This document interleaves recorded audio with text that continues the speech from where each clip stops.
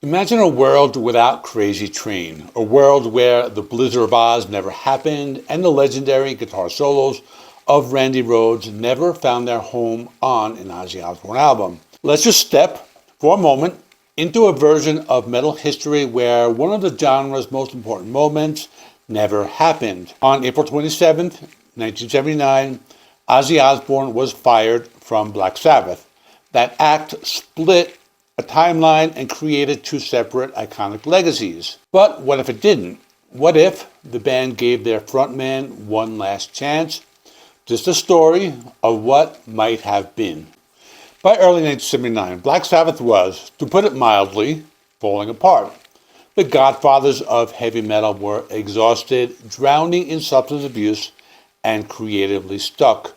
Their last two albums, 1976's Technical Ecstasy and 1978's Never Say Die, had been met with pretty mixed reviews. They were seen as inconsistent, moving away from the bone-crushing sound that made them famous, and playing around with synthesizers, jazz, and even a Beatles-style song sung by drummer Bill Ward. The once untouchable band was now getting blown off the stage every night by their opening act, a young, explosive band called Van Halen. The friction inside the band was just as bad. All the members were struggling with addiction, but according to his bandmates, Ozzy Osbourne was on a totally different level altogether. He showed little interest in the new, heavier material Tony Iommi was writing and would often just refuse to sing. This wasn't the first time things had gotten tense. Ozzy had actually quit the band for a short time in late 1977 before rejoining in January 1978 to record Never Say Die. But by 1979, the vibe was unbearable.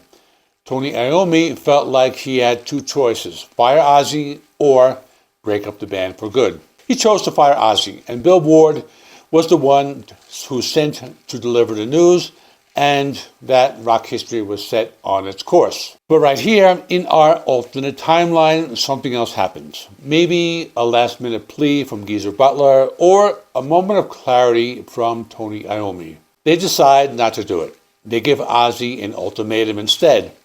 Get serious, clean up, or you're out for good. Shaken by how close he came to getting kicked out, Ozzy agrees. In this timeline, there's no Ronnie James Dio, there's no Heaven and Hell, there's only the original Black Sabbath facing the challenge of making a new album for a new decade, which is the 80s. With Ozzy still on the mic, Black Sabbath goes into the studio to record a follow-up to Never Say Die. The pressure is massive. They need a hit. They have to prove they're still relevant as the 80s kickoff, bringing new wave of British heavy metal along with it. So what does this album sound like? Well, it definitely doesn't sound like Heaven and Hell. The epic, fantasy-based themes and majestic melodies of that album were pure Dio. We know Ronnie James Dio was a trained vocalist who brought in new ways of writing songs and lyrical depth about good versus evil. Ozzy's world was always more grounded in the grim realities of life, war, mental health, addiction, and social problems. Instead of a powerful operatic track like Neon Nights, this theoretical album probably would have continued down the path of Never Say Die. It might have been a messy, conflicted record. You could have one side with Tony Iommi trying to drag the band back to a heavier sound to compete with the times, and the other side is Ozzy pulling them back towards that bluesy experimental rock that they had been doing in the late 70s. A song like Children of the Sea might still exist in some form. Tony Iommi had already written the main riff while Ozzy was in the band, but Ozzy had struggled to come up with a melody for it. In this timeline, it would have been totally different, maybe more earthier lyrics, a different melody, a ghost of the classic it would later become.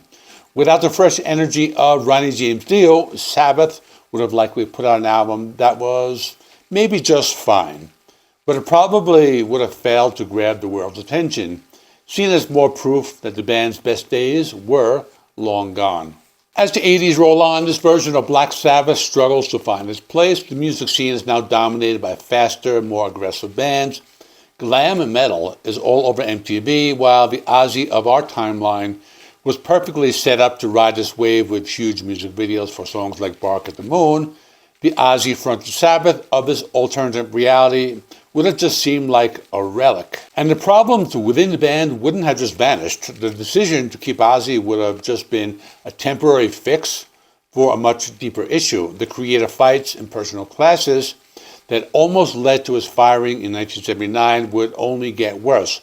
The band's music would likely become more sporadic and less focused. They might put out another album or two, each one selling less and getting worse reviews, before the inevitable split finally happened. By the mid-80s, Black Sabbath would have probably just faded away, not with the bang of reinvention they had with Dio, but with the quiet whimper of a band that just ran out of gas. They'd be remembered as giants of the 70s who couldn't quite make it in the new decade, a story all too common for many of their peers. But this is where our timeline really breaks apart. The survival of the original Black Sabbath lineup for just a few more years would come at an unbelievable cost. What do you think would have been the biggest loss in this metal, in this alternate reality? Let me know in the comments, because now I want to talk about something completely different of Ozzy Osbourne and what wouldn't have happened. The single biggest consequence of Ozzy Osbourne not being fired is the complete erasure of his solo career. And that is a loss that's almost impossible to measure. First, most importantly, no Randy Rhoads. Without Randy, no Blizzard of Ozz and no Diary of a Madman. These multi-platinum albums that completely reinvented Ozzy and made him a huge solo star never exist. Here's something else to think about. If Ozzy stays in Sabbath, the Blizzard of Ozz band never forms, and Randy never gets that legendary audition in a Los Angeles hotel room. So let's talk about how Randy's path likely would have shifted. By 1979, Randy was frustrated. Quiet Riot had just released 2 albums in Japan, but couldn't secure a U.S. record deal.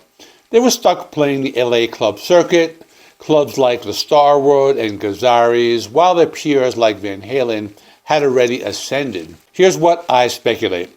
Randy likely would have stayed with Quiet Riot for another year or two out of loyalty. Without the Ozzy boost, Quiet Riot might have folded sooner. Randy was a perfectionist and a scholar. The party rock scene was starting to wear on him. As I discussed in a previous video, Randy's true passion wasn't necessarily being a rock star, it was the guitar itself. He famously sought out classical guitar teachers in every city he visited while on tour with Ozzy. Randy had discussed leaving rock to pursue a master's degree in classical guitar. If the Ozzy opportunity hadn't pulled him into the global spotlight, he likely would have transitioned into a career as a session musician or a high-level classical instructor. His precision and technical ability were tailor-made for the burgeoning 1980s studio scene in Los Angeles. Without Randy Rhoads as the catalyst for Ozzy's solo career, the 1980s metal sound would have changed significantly. While Yngwie Malmsteen would still have arrived, Randy was the one who successfully blended classical theory with street-level heavy metal for the masses. Randy's work on Blizzard of Ozz and Diary of a Madman set a new technical standard. Without those albums, the shred era might have taken longer to ignite. But in all honesty, it is highly unlikely Randy would have stayed a local hero forever. His talent was too immense to remain contained in the LA club scene. If not Ozzy, another major act, perhaps a reforming Deep Purple, or a solo artist looking for a virtuoso would have eventually come knocking. However, the most likely Randy outcome would have been a quiet exit from the spotlight to master the cello or just classical guitar. But back to Ozzy Osbourne. So let's talk about how the 90s would have been without Ozzy. For starters, Ozzfest, the touring festival launched by Sharon Osbourne in 1996 that gave a huge platform to a whole generation of metal bands like Slipknot, Korn, and System of a Down, never happened. The mainstream attention it brought to heavy metal in the late 90s and early 2000s is completely gone. And then there's the Osbournes, the landmark MTV reality show that ran from 2002 to 2005 and transformed Ozzy from a controversial rock star into a beloved, bumbling TV dad. And that's not even ever thought of. That show didn't just make Ozzy a household name on a completely different level, It basically created the blueprint for an entire genre of celebrity reality TV. Without it, Ozzy's cultural footprint is way smaller. In this alternate history, Black Sabbath stays together a bit longer, but they slowly fade out. They're remembered as legendary 70s band that just lost its way. Ozzy Osbourne, stuck in a band he was no longer in sync with, never gets clean, never meets Randy Rhoads, and never becomes the larger-than-life icon we know today.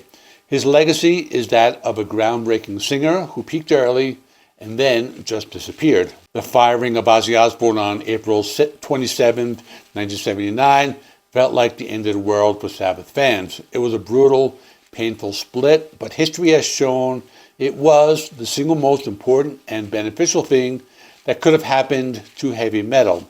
That one decision didn't just give us one legendary path, it gave us two. It allowed Black Sabbath to reinvent itself with Ronnie James Dio, creating masterpieces like Heaven and Hell and Mob Rules, and it forced Ozzy Osbourne out of the nest. He launched one of the most successful and culturally significant solo careers in music history. Sometimes the worst thing that can possibly happen turns out to be the best. The firing of Ozzy Osbourne wasn't a tragedy, it was a catalyst. It was a fortunate fall that allowed both Ozzy and Sabbath to rise higher than they ever could have together. It ensured that instead of one fading legacy, we've got two immortal ones. So maybe the real question isn't what if Ozzy never left, but rather, can we even imagine a world of heavy metal if he had stayed? One of the best things to come out of this alternate timeline where Ozzy stays with Black Sabbath is that Randy Rhoads would have lived. And I explore that idea in this video right here for you to watch next. In the meantime, please like this video, subscribe to the channel. I do rock and metal reviews, rankings, and more. Thanks for watching. I will see you in the next one.